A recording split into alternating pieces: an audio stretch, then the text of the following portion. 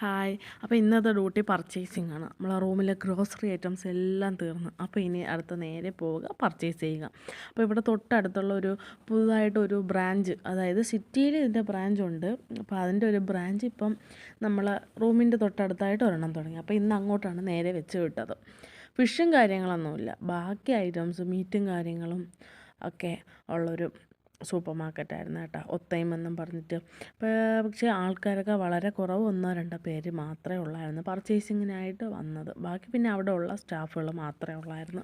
അപ്പോൾ തിരക്കൊന്നും ഇല്ലാത്തതുകൊണ്ട് നമുക്ക് എവിടെയാണ് സാധനങ്ങൾ ഇരിക്കുന്നതെന്നും പറഞ്ഞ് നമുക്ക് സമാധാനത്തോടെ പോയി തിരഞ്ഞു പിടിച്ച് എടുക്കാൻ പറ്റുന്ന ഒരു സിറ്റുവേഷൻ ഉണ്ടായിരുന്നു. അപ്പോൾ നമ്മൾ നേരെ പോയത് പച്ചക്കറി സെക്ഷനിലോട്ടാണ്. അപ്പോൾ വെജിറ്റബിൾസൊക്കെ കുറവ്, ഒട്ടും ഇല്ലായിരുന്നു. അപ്പോൾ നേരെ ചെന്ന് നോക്കിയപ്പോൾ ക്യാരറ്റൊക്കെ എടുത്തപ്പോൾ ഒരുമാതിരി ഒട്ടണം. അങ്ങനെ പിന്നെ അതിനങ്ങ് തിരിച്ചു വെച്ചു. പിന്നെ എന്ത് ചെയ്തു, കുറച്ച് കുക്കുംബറും പിന്നെ കുറച്ച് ഫ്രൂട്ട്സ് ഐറ്റംസും ടൊമാറ്റോയും അങ്ങനെയുള്ള കുറച്ച് ഐറ്റംസൊക്കെ എടുത്ത് നമുക്ക് ഓരോന്നും എടുത്ത് നമ്മൾ പാക്ക് ചെയ്ത് തൊട്ടടുത്ത് തന്നെ വെയിറ്റ് മെഷീനും ഉണ്ട്. അപ്പോൾ അതനുസരിച്ച് വെയിറ്റ് ചെയ്ത് നമുക്ക് ആ കവറിൽ ഒട്ടിക്കാൻ പറ്റും കേട്ടോ. ഈ ഐറ്റം എന്താണെന്നുള്ളത് ആരെങ്കിലും അറിയാമെങ്കിൽ ഒന്ന് കമൻറ്റ് ചെയ്തേക്കണം. ഞാൻ കണ്ടിട്ടില്ല, സത്യം പറഞ്ഞാൽ എനിക്കതിനെപ്പറ്റി അറിഞ്ഞുകൂടാ.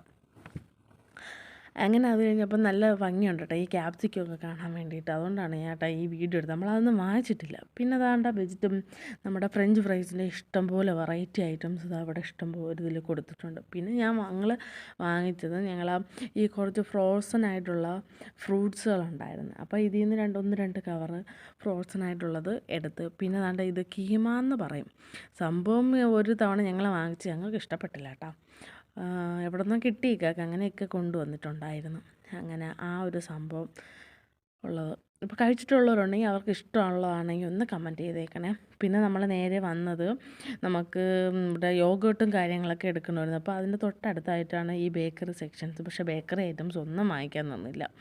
പിന്നെ അവിടെ നിന്ന് നേരെ യോഗേർട്ടും കാര്യങ്ങളൊക്കെ എടുത്ത്, പിന്നെ ചിക്കൻ ഉണ്ടാക്കാൻ വേണ്ടിയിട്ട് ബ്രസ്റ്റ് പീസ് നോക്കി എടുക്കണമായിരുന്നു. അങ്ങനെ എന്ത് ചെയ്ത് ആ പീസൊക്കെ നോക്കി എടുത്ത് പിന്നെ നേരെ പാക്കിങ്ങിലോട്ട് വന്നു. പിന്നെ പാക്ക് ചെയ്ത് ബില്ല് കാണുമ്പോഴാണ് കേട്ടോ തളർന്നു വിടുന്നത്.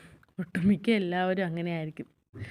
എങ്ങനെ വിചാരിച്ചിട്ടും ചുരുക്കാൻ പറ്റണില്ല ബഡ്ജറ്റ് ഒരു തരത്തിൽ. കറക്റ്റ് 15 ദിവസമാകുമ്പോൾ സാധനങ്ങൾ തീരുകയാണ്. എങ്ങനെയാണെന്നറിയാൻ വയ്യ. കാരണം വേസ്റ്റായി പോണതും ഇല്ല, ഫുഡ് കണക്കിനെ ഉണ്ടാക്കാറുള്ളൂ. ഫ്രിഡ്ജിൽ വെച്ച് കഴിക്കണ പരിപാടിയും ഇല്ല. പിന്നെ എന്താണെന്ന് അറിഞ്ഞുകൂടാ.